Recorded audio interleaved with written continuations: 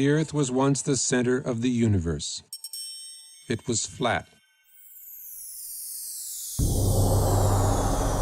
Then it was round, and it circled the sun. It was no longer the center of the universe. It was a tiny part of the Milky Way.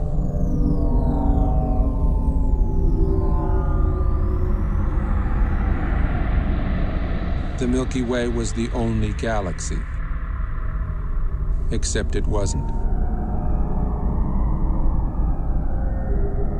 It was only one of billions of galaxies floating in space without end.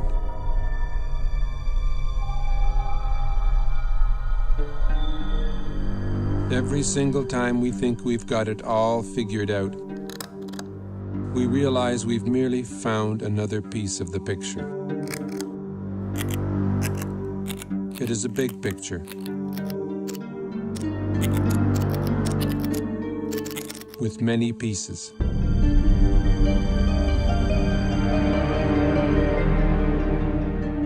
Sir Isaac Newton was the first to state the law of gravity.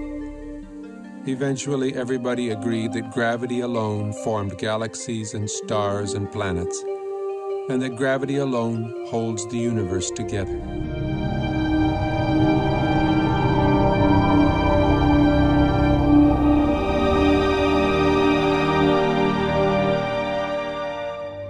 Then we discovered a force 1,000 billion billion times more powerful than gravity.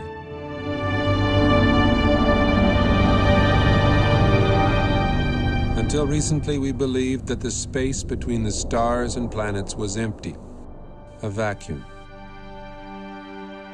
We now know it is teeming with charged particles.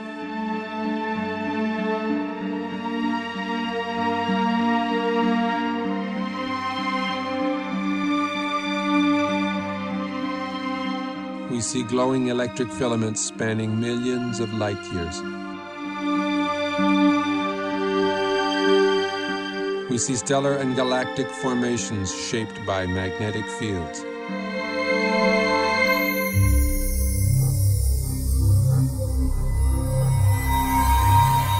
Only electric currents create magnetic fields.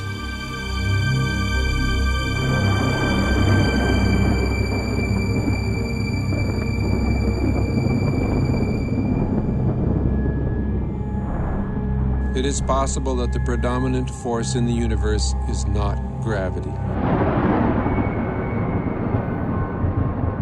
but something else.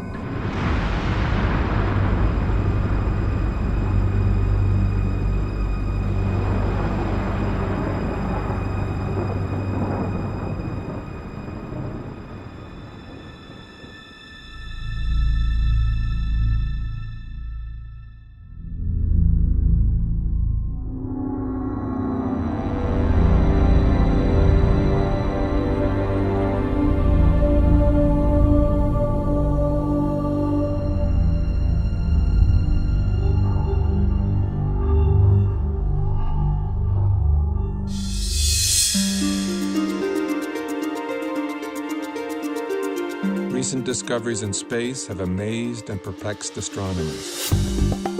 Current popular theories in the sciences can neither predict nor explain the phenomena we are now observing.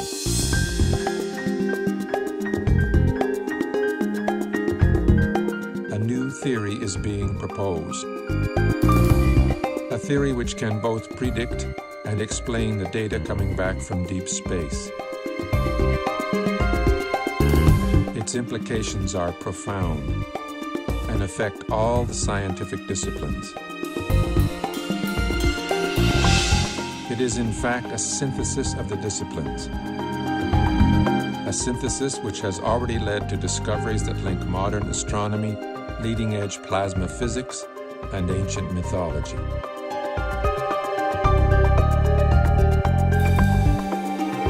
The electric model offers us a new interpretation of the workings of the universe, the history of our solar system, and even human history.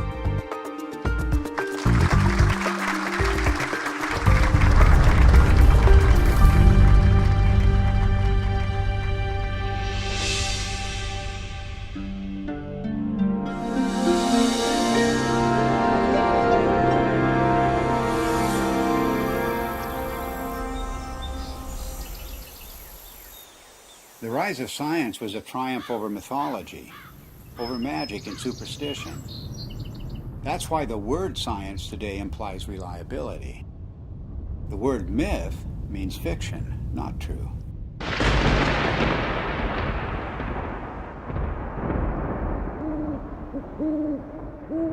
And it turns out that the key to understanding the myths is the same key that is now helping us to understand objects in deep space,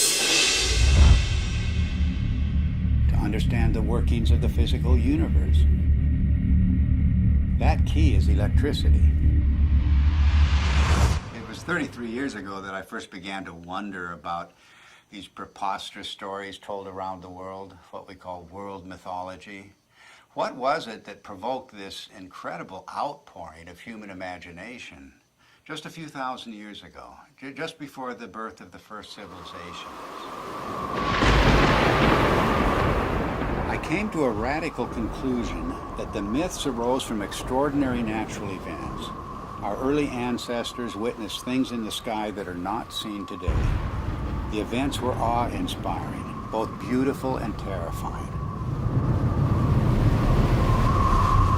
So it shouldn't surprise us that the myths are so incomprehensible. Well, of course they're incomprehensible. The celestial references are no longer present.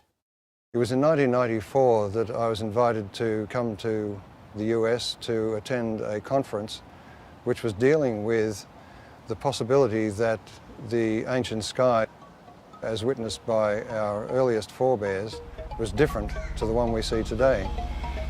I'd been interested in this kind of idea because it could only be explained in terms of electromagnetic influences within the solar system. So it came as a bit of a shock and a surprise to see David Talbot showing slides at one of the sessions at the conference, which I recognized immediately as being similar to those of electric discharges in the laboratory.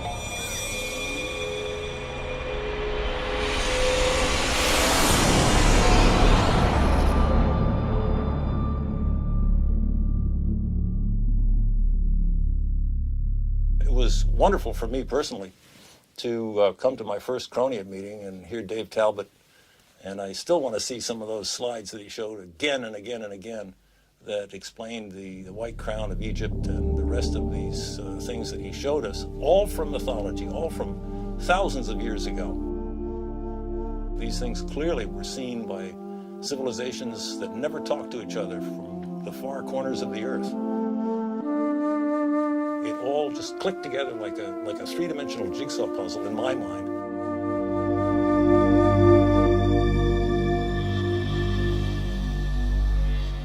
A breakthrough for me came when I realized that many different cultures spread around the world use different words, different symbols, different myths to describe precisely the same formations in the sky. The Ouroboros, or celestial serpent biting its tail, for example, occurs on every habitable continent, but it has no ties to the world we now observe. Like all of the archetypes, it is part of an alien sky. A cosmic column rising to the center of the sky, holding aloft the wheel of heaven. And much more than a wheel, because this was the revolving cosmic temple, the city of the gods, the kingdom of heaven, always resting on the cosmic column.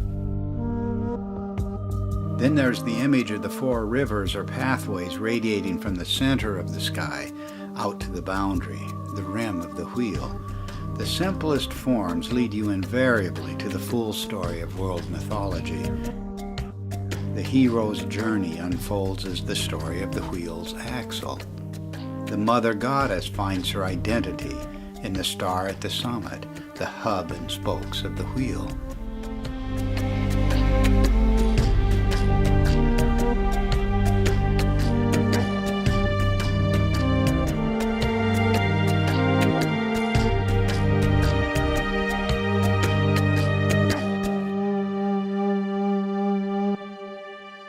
From childhood on, I've always had a deep interest in mythology, and I remember that as a child I was trying to draw up genealogies of the gods as provided in Greek mythology, and I soon found out that it didn't work. Nor did anything else in mythology seem to work. There was no singular fitting explanation that would make sense of these stories. So I basically laid this whole subject to rest, and I didn't look at it for many years. Until I came across the work by Dave Talbot and Everett Cochran mainly, whose articles were real eye-openers for me. And as soon as I began to read these articles, it became clear to me that we were really looking here at a very important key to the unlocking of myth. And the recent findings provided by plasma physics are capable of providing that key.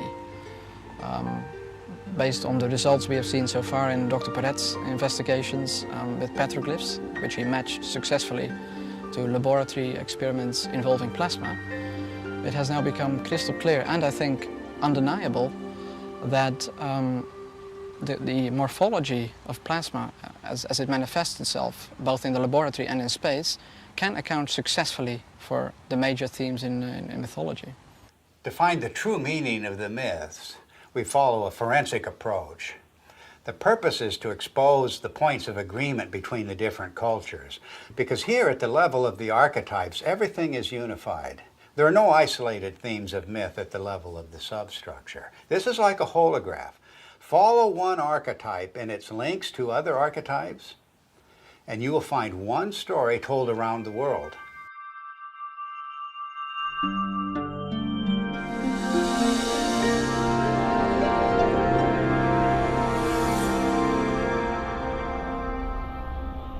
Throughout almost all of history, we have regarded the states of matter as being solid, liquid or gas.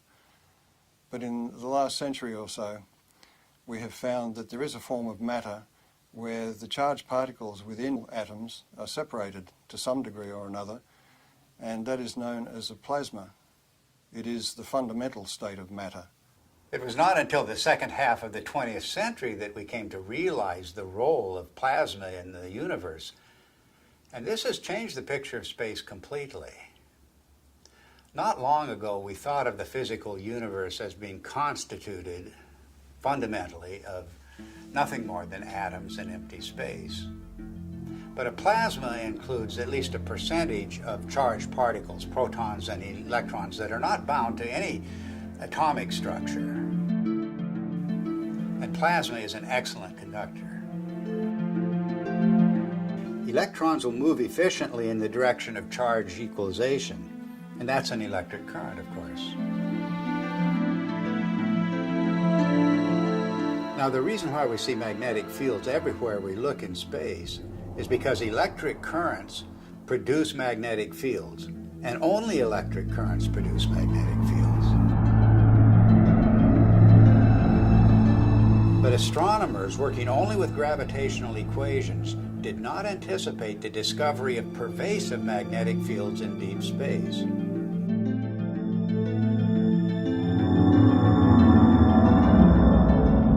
Electric currents also account for the abundant filamentation of space plasma. First, the electric currents produce the magnetic fields. Then these fields confine the electron flow to narrow paths. Such current paths or filaments are called Birkeland currents, named after the pioneer Christian Birkeland. They are typically braided just like the twisted wires of transmission lines on Earth. Well, that's their role in space, to conduct electricity across vast distances, creating the astonishing structures we observe in every direction. None of these structures were anticipated by gravitational theory, and none are indicated by the behavior of neutral gases in a vacuum. In any theory of the universe, plasma is extremely important because it has been found since the space age that it makes up 99.99% of the visible universe. So our inexperience with it on the Earth's surface is rather crippling when it comes to trying to decide on a cosmology to explain the visible universe.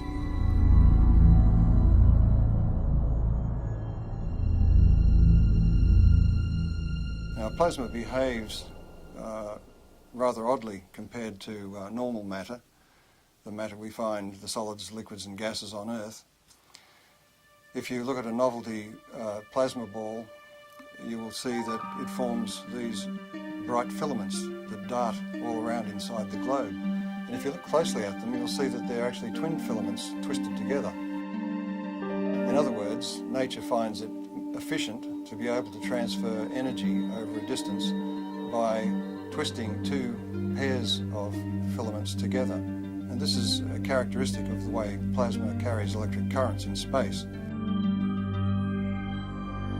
And one of the puzzles that has faced astronomers since the space age is the discovery of filamentary structures in galaxies, around stars, even the cometary tails of planets and comets themselves. These filamentary structures have come as a surprise.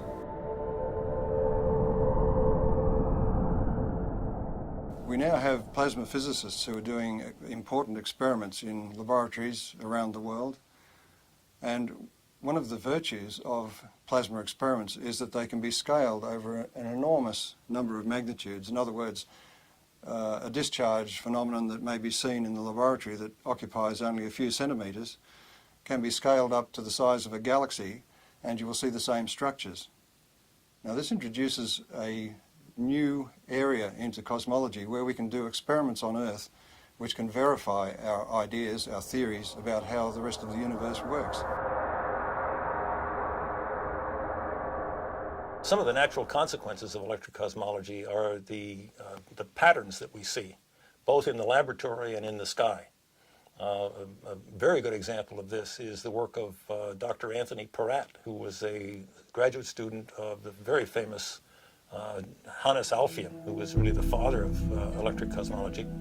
Peratt simulated on a supercomputer using just a cloud of electrical charges and a magnetic field, just using the laws of electrical science, not using anything to do with gravity. He simulated what looked like a spiral galaxy. And the interesting thing is that Peratt's spiral galaxy in the laboratory had exactly the same rotational properties as the real spiral galaxies that we see in the sky do.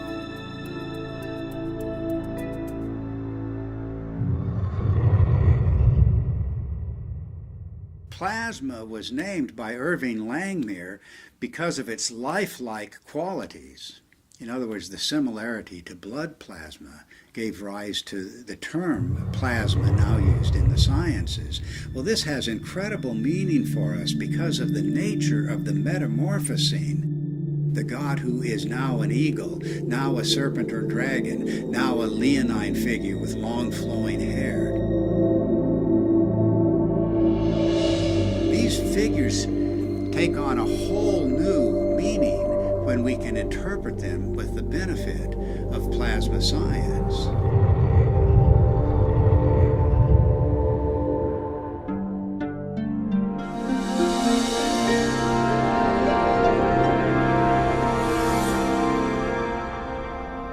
The new instrumentation that was developed in the space age expanded our ability to perceive things, perceive facts. We could now see things in the entire electromagnetic spectrum instead of just the narrow sliver of visible light. What you're seeing is the actual moment of deploy there when we take the switch to deploy, and it's so quiet. And we had sensors that were out in space. We were freed from the geocentric and anthropocentric order that had prevailed before.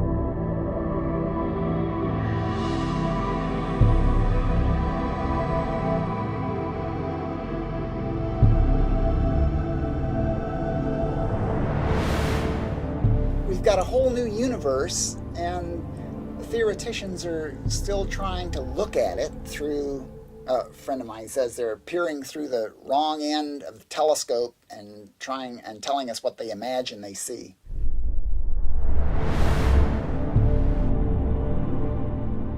Modern cosmology gives us a rather disconnected view of the universe. In other words, we are separated star from star by vast distances.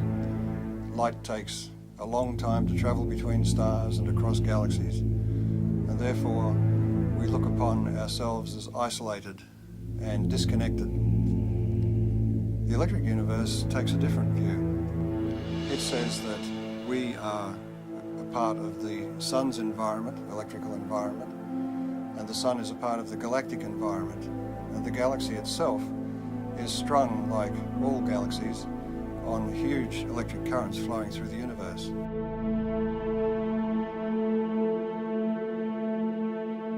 One of the typical questions that plasma cosmologists hear all the time is, how do you know what's out there in space? How do you know there's electricity out there in space? Is there energy out there in space? Why should we consider anything more than gravity? And the answer is that through the years, we've used optical telescopes, but recently we have what are called radio telescopes, and we've broadened the spectrum that we can look at the sky with. And those radio telescopes can measure electric currents and magnetic fields, and we can determine from those measurements the strength of the electric currents, the strength of the forces involved, and the amount of energy that's stored out there in space.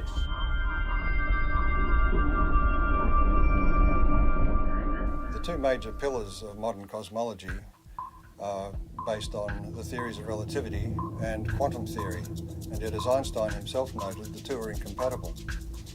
And that may be because the theories of relativity deal with matter as if its only consequence is the bending of space. The electric universe, on the other hand, deals with the electrical structure of matter at the subatomic level and then works its way up through living systems, if you like, planets, stars, galaxies, and the entire universe, and shows that it is the electrical structure of matter that forms the amazing shapes we see in deep space.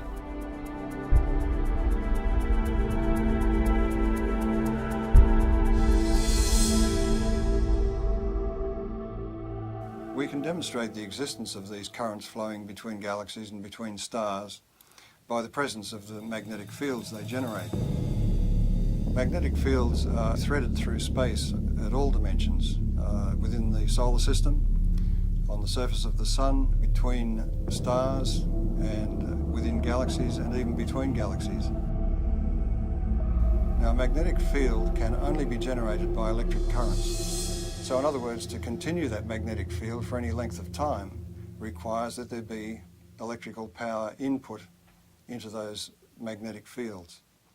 And that raises the whole question of where does this power come from?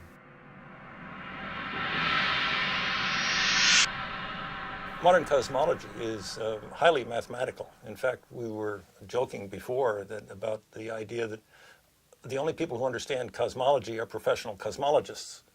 The basis of cosmology, really, if you hunt for it, lies in Einsteinian relativistic mechanics. And when Einstein promulgated his ideas, he totally and completely ignored anything electrical. And so the modern cosmology, with all of its ideas of omega and expanding universe and inflation theory and the Big Bang and all the rest of it, are predicated on a foundation which ignores almost half of man's knowledge about the way the universe works, which is electricity.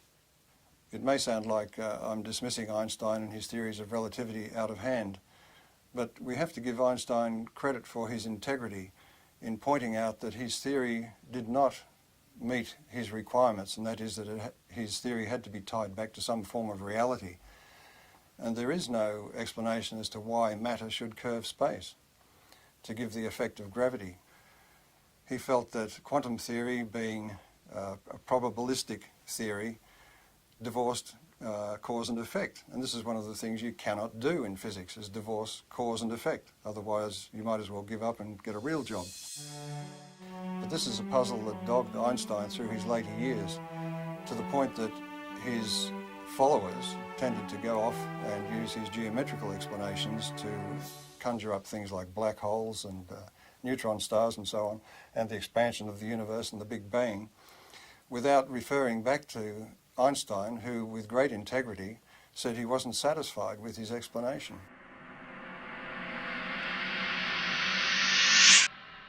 One of the problems faced by astronomers after the space age began was to explain the discovery of very concentrated outbursts of energy in deep space. And that meant for them, since gravity is the only driving force available to them, that they required an infinite concentration of mass, because gravity is an infinitely weak force.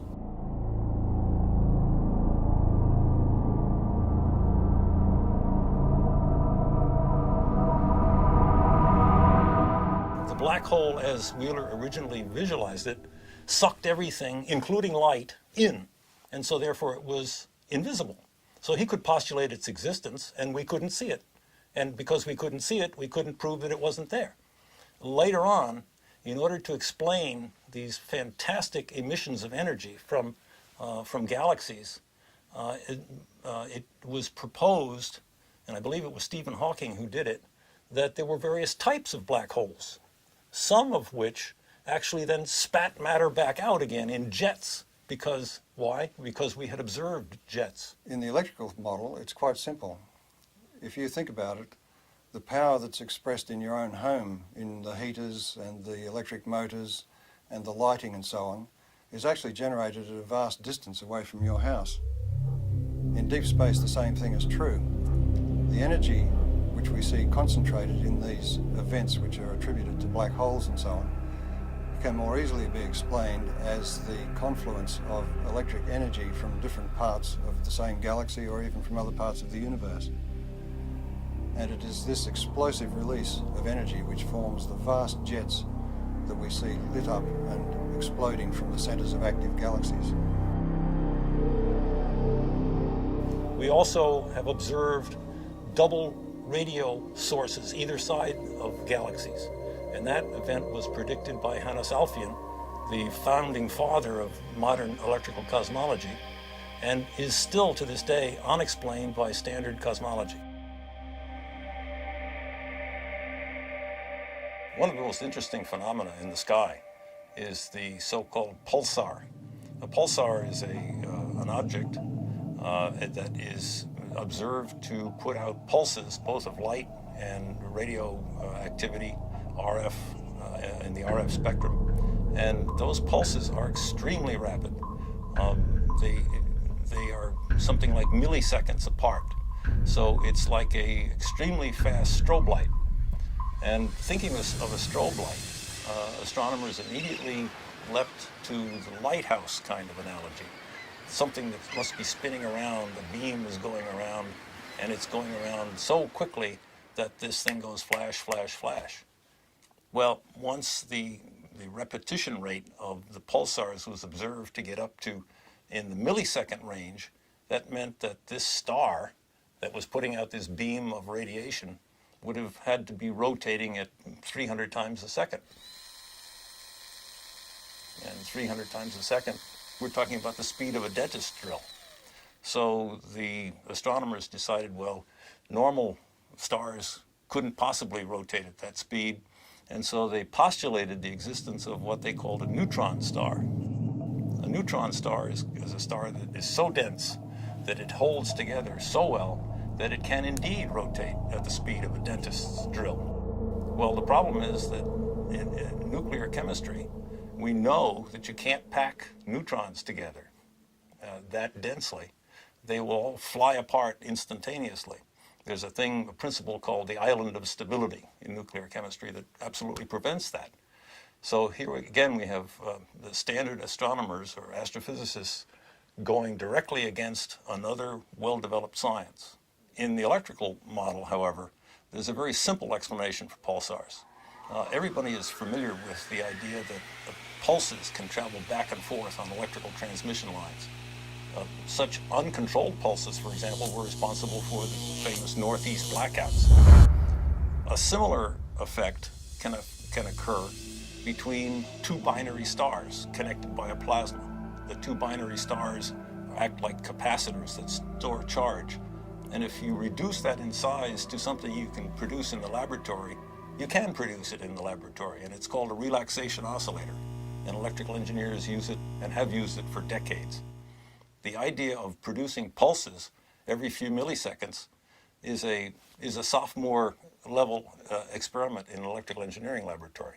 It doesn't require neutronium, strange matter, or any other fictitious device. All it requires is two capacitors, a battery, and a nonlinear resistor. And we maintain that that's exactly what a binary pair of stars connected by a plasma field presents.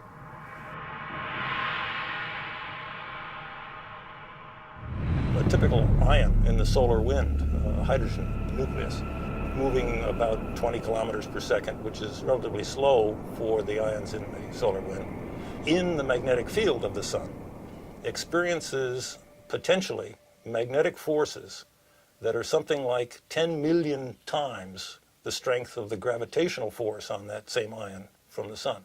An interesting demonstration that illustrates very readily the relative strength of magnetic force and gravitational force is the simple idea of a ball bearing sitting on a wooden table. The entire mass of the Earth is pulling downward on that little ball bearing, and that's what prevents it from flying out into space. But a child can come along with a little horseshoe magnet and click, pick that ball bearing up instantly. The space age presents us with an interesting paradox.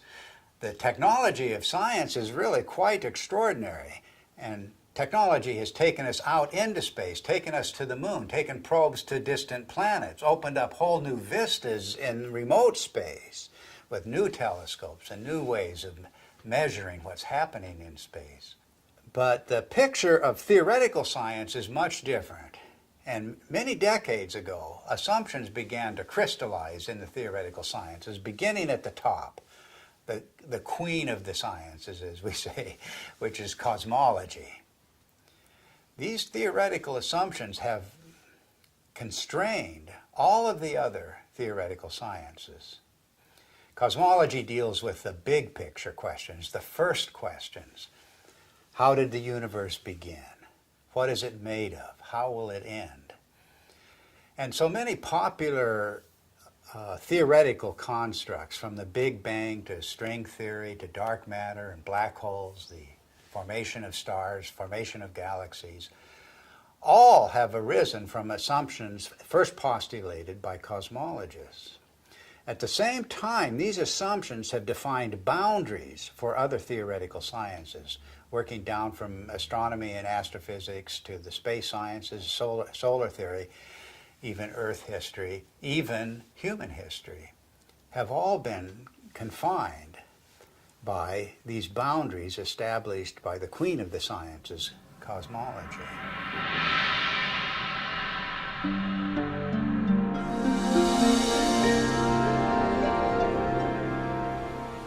The sun just dominates our sky as the source of light and warmth and life itself on Earth. And this preeminence of the sun is so clear and obvious that it remains a mystery why virtually every ancient culture insisted that before the present sun, there was a quite different luminary ruling the sky. The central sun, the superior sun, the best sun, the motionless sun.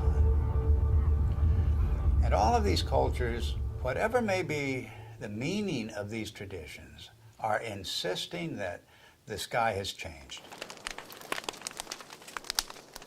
Of course, our ideas about the sun have continually changed. Only a few centuries ago, the sun was a campfire or ember in the sky.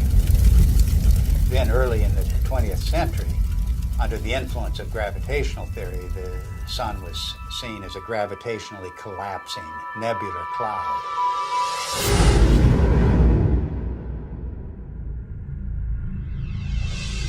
In the atomic age, astronomers began to visualize the sun in terms of a nuclear furnace hidden at its core. But now we're in the age of plasma science, with discoveries of the electric currents in space. And it's inconceivable that these discoveries would not change the picture of the sun again. Plasma cosmologists have been able to demonstrate experimentally and also in the supercomputer that galaxies are an electrical phenomenon, which raises the question about stars, and in particular our own sun, which is the closest star to the Earth, of course. Any theory of the sun has to explain how it could continue to burn for billions of years and also explain its present size. based on its known mass.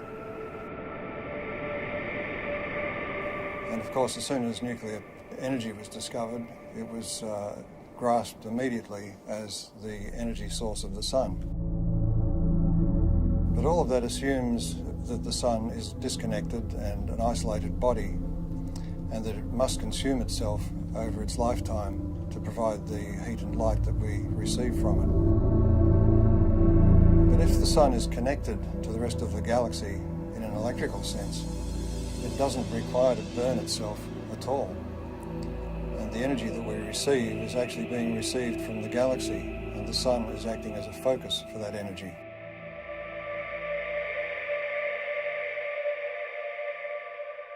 The sun is actually a fairly typical star. And so if we want to understand stars and cosmology, we really have to understand the sun. And the standard model of the sun, so-called, that astronomers are so very proud of these days, really doesn't explain very much about the sun. Why is there a corona in the first place? Everybody knows about the corona, the beautiful corona that we see during solar eclipses. Why is it there? It's clearly an electrical phenomenon.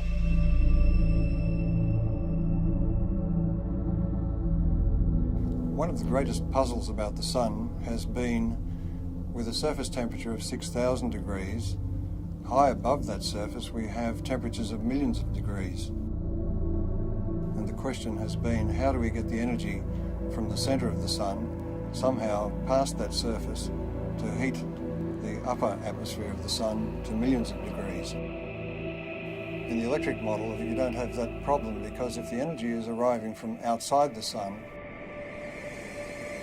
the first place you expect to see that energy expressed is above the sun in its tenuous atmosphere. And that is the place where particle acceleration occurs, and the apparent temperature goes very high indeed, up into the millions of degrees.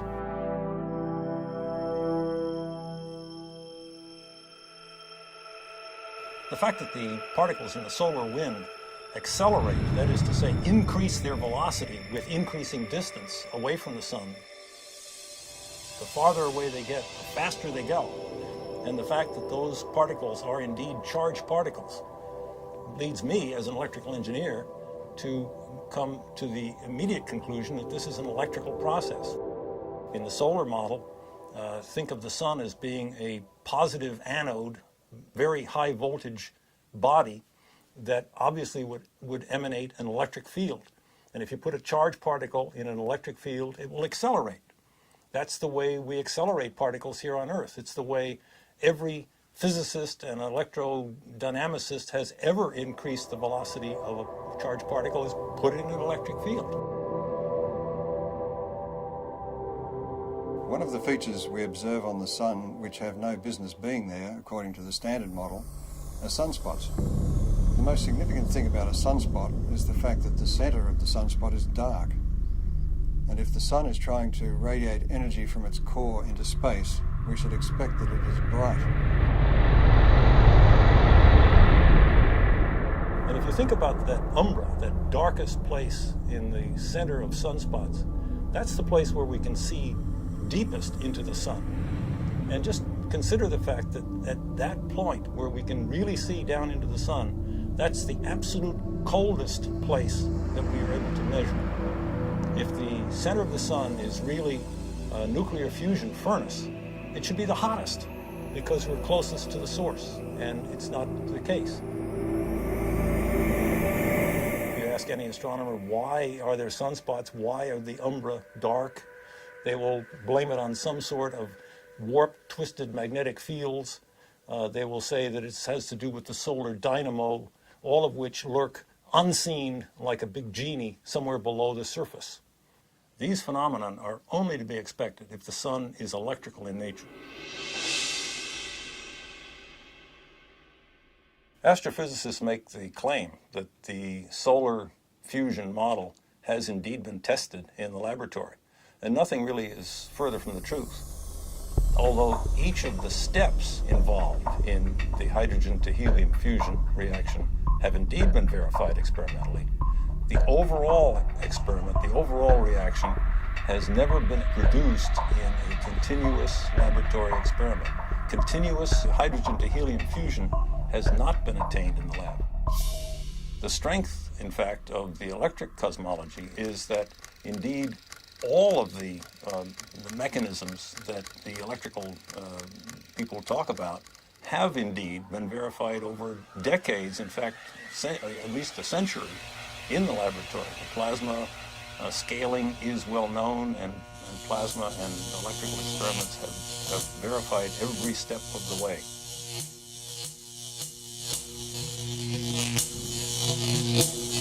There are any number of observations that have ad hoc present explanations, but really have no explanation in the standard model, and are natural consequences of the electrical model. For example, heavy elements, the solar spectrum, the neutrino deficiency, the neutrino variability, solar atmosphere, differential rotation by latitude, differential rotation by depth, equatorial plasma torus, sunspots, sunspot migration, the sunspot penumbra, and the sunspot cycle itself. Magnetic field strength, the even magnetic field, helioseismology, the solar density, and the changing size. All of the observations that in that list are natural consequences of the electrical sun model. Standard astronomers tend to pass them off as being inconsequential difficulties that will eventually someday be solved. I maintain, and so do our colleagues here, that these are not inconsequential, but are rather death blows to the solar fusion model, because they are important. They're not secondary, they're primary falsifying observations for that failed nuclear fusion model.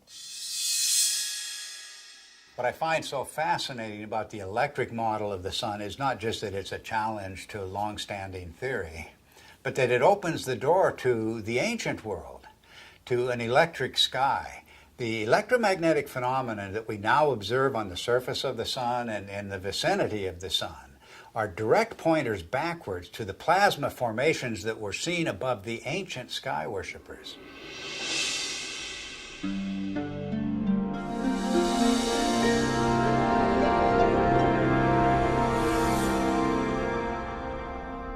Electrical currents in space can either be invisible or they can be visible.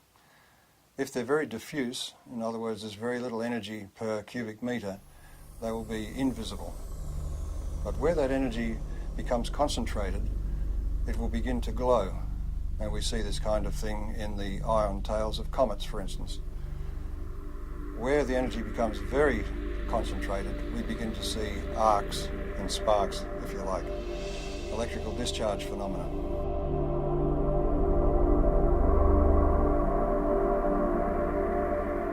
The standard theory of comets comes from the view that the solar system was formed from a rotating cloud of gas and dust, and that the planets, in some fashion as yet unexplained completely, formed from most of that gas and dust, but there were leftovers.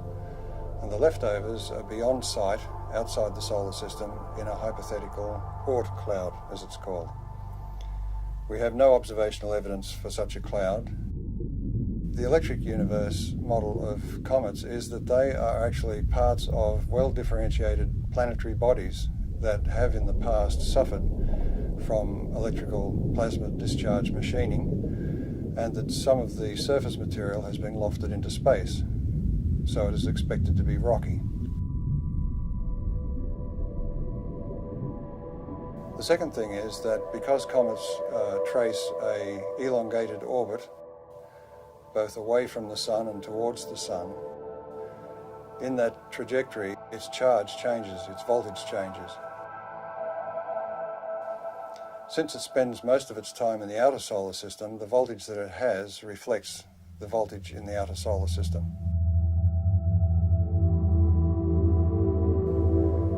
But as it hurtles towards the sun, as it enters towards the Earth's orbit, the voltage is changing rapidly, and the comet has to respond to that by beginning to discharge. And that's where we see the familiar cometary phenomena of the coma and the various tails that it produces. This creates a very distinct difference between the two models, the standard model of a comet, which is supposed to be dust and ice left over from the formation of the solar system, and the electrical model, which says that a comet is an electrical body which begins to discharge as it enters the inner solar system. Ever since we've begun to look at comets in close-up, and Halley was the first one that was observed by several spacecraft close-up, it was found to astronomers' surprise that the material coming off the comet was coming in discrete jets and seemed to be coming from what looked like circular areas on the crater. But the imagery wasn't sufficiently sharp to be able to tell exactly what was going on. This required the standard model to come up with an idea that maybe the surface of the comet is coated in black tarry substance or something which was preventing the material from just evaporating from the surface and forming jets as it burst through the surface. But when later images were looked at as we passed other comets, it was found, to astronomers' amazement, that they were seeing very sharp relief. It wasn't like a melted ice cream, it was looking like a piece of heavily cratered rock. Now this fits the electric model of the electrical discharge birth of such a body. In other words, there's very little distinction between an asteroid and a comet other than its orbit.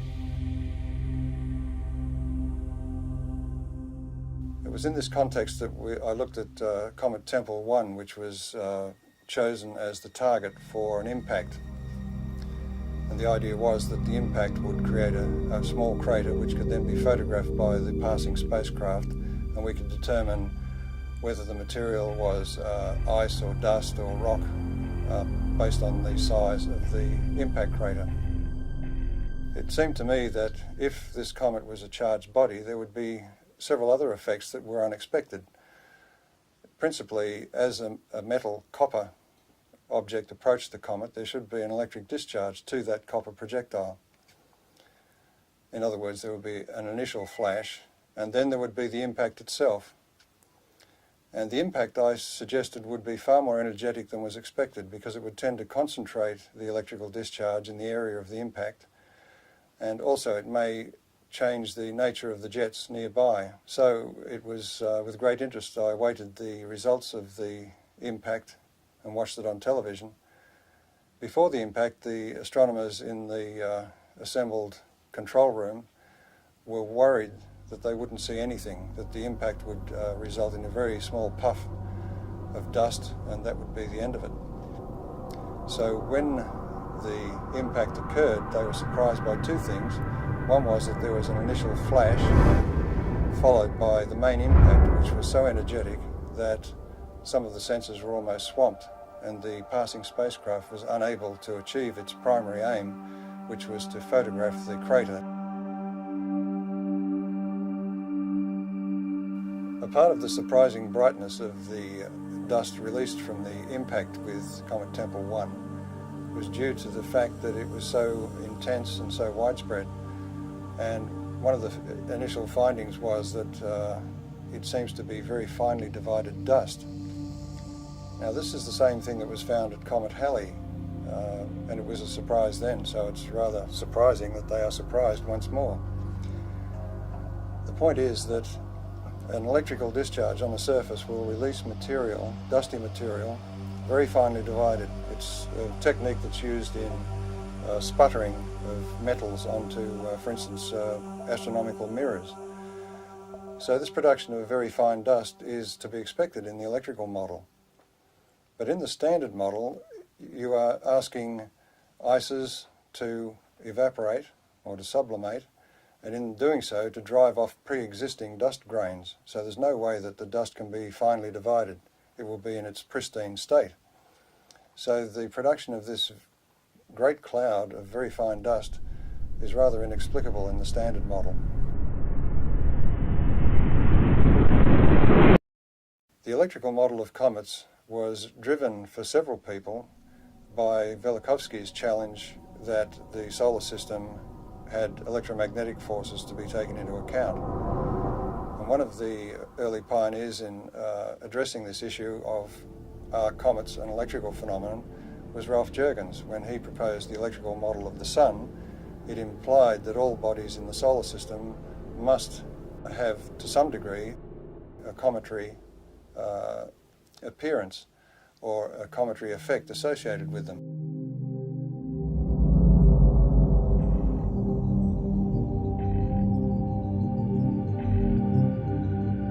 Ralph Jurgens, in his model of the sun, showed that bodies moving radially towards or away from the sun would experience electrical forces which could induce a cometary display, that is, a visible display.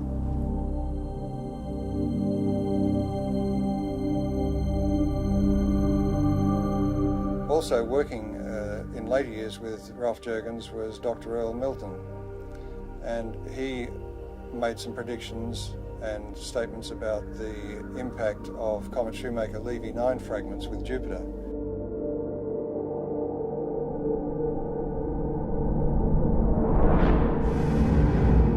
And his view of the electrical nature of those impacts was also vindicated.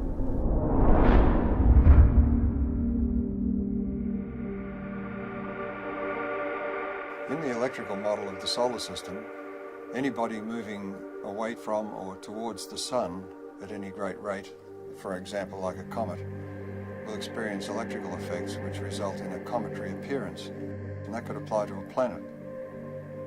Now Velikovsky, in his research, found that Venus was described as a stupendous comet at some point in ancient times. So it was very gratifying for him to be able to announce at the conference in 1974 that astronomers had discovered what they called a cometary tail of Venus. Some years later, it was announced that it was discovered that stringy things were coming from Venus. And of course, this was confirmation to the electrical model because plasma currents flow in strings. This discovery of a cometary aspect of Venus raises the issue of the intense heat we find on Venus. That intense heat is not well explained at all by any idea that the planet is somehow a twin of the Earth's. It raises the distinct possibility that Venus has had a far more dynamic history than we've been taught.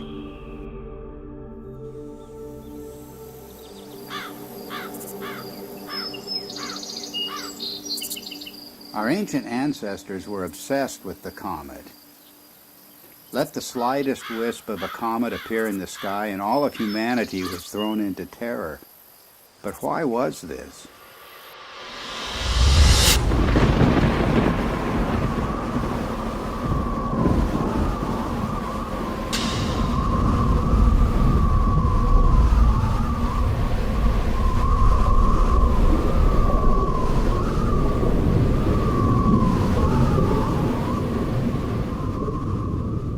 It was cosmic catastrophe that inspired the ancient words and phrases for the comet. The comet was the torch of the sky, the sword hanging over the world, the spiraling serpent or dragon, the spiraling sidelock or ribbon. The angry or lamenting goddess soaring across the sky, her hair disordered and blowing in the wind. Anyone exploring the roots of the ancient comet fears is going to run into the work of Immanuel Velikovsky, the controversial theorist who suggested that, well, there's a reason for the fears of comets around the world. We experienced this horrific cometary catastrophe. The world was devastated by a comet just a few thousand years ago. And Velikovsky went further. He said that not that long ago, planets appeared in the sky with comet-like attributes. In particular, he named the planet Venus as the great comet of antiquity. Both Walt Thornhill and I disagreed with many components of Velikovsky's reconstruction, but we also felt that Velikovsky had nailed certain principles that can help us to understand the early cultures. In particular, Velikovsky was correct in naming the planet Venus as the Great Comet. And the cometary language of Venus goes far beyond anything that Velikovsky himself published. In every corner of the world, the language of the comet and the language of Venus are identical. Venus as serpent or dragon. Venus as torch of the sky. Venus as long-haired star. Venus as bearded star.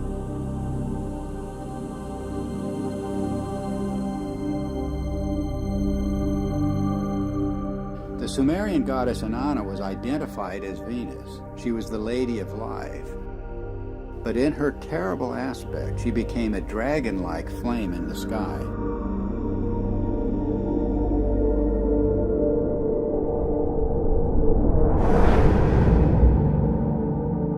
The texts say, like a dragon, you have deposited venom on the land,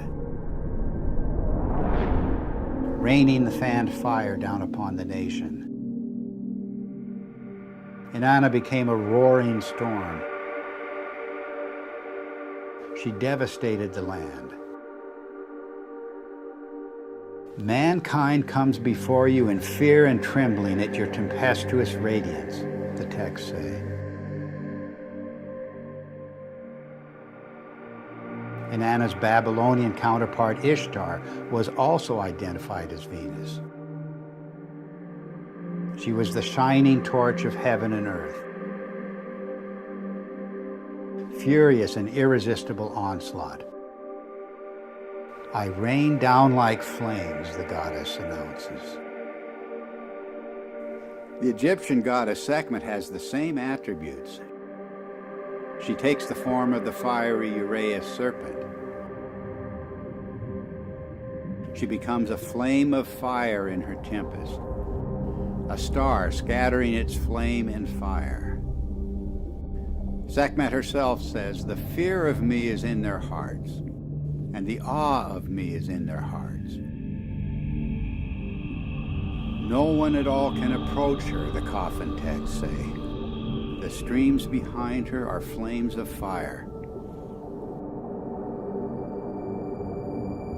The astonishing fact is that goddesses everywhere exhibit this terrifying and cometary aspect. The Canaanite Anat, the Hindu Kali and Durga, the Greek Aphrodite, Athena, Medusa, and countless others. And of course, you can add numerous counterparts in the New World, from the Incan goddess Chaska to the Aztec goddess Xochiquetzal to the legendary Nokomis of North American Indian tribes. The serpent or dragon is an unexplained mythical archetype. There's nothing like it anywhere in the biological world. And yet the same recurring features will be found in cultures the world over. The dragon's disheveled hair and shaggy beard. Its knotted aspect, and its worldwide appearance as entwined twins.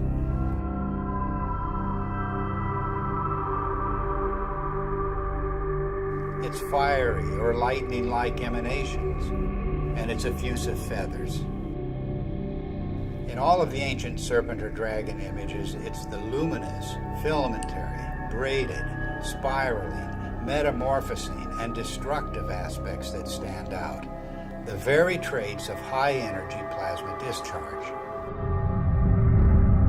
The attributes of these mythic monsters remain unexplained only until we see the hairy and feathery attributes of the electric arc in the laboratory. We see precisely the same thing in enhanced images of the comet's tail. And we see the same thing in the comet-like discharges of distant nebulas. Gases in a vacuum don't behave this way, but electrified plasma does.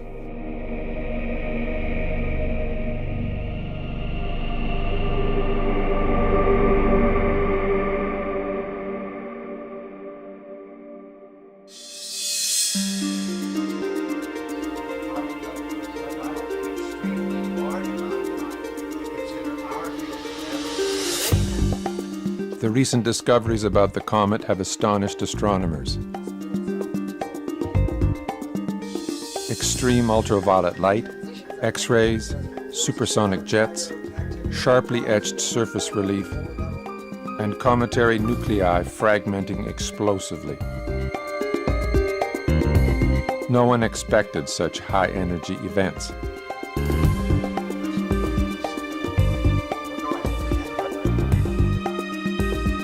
The electric model proposes that the comet is a charged object moving through an electric field. This would explain these phenomena. But what is creating the electric field?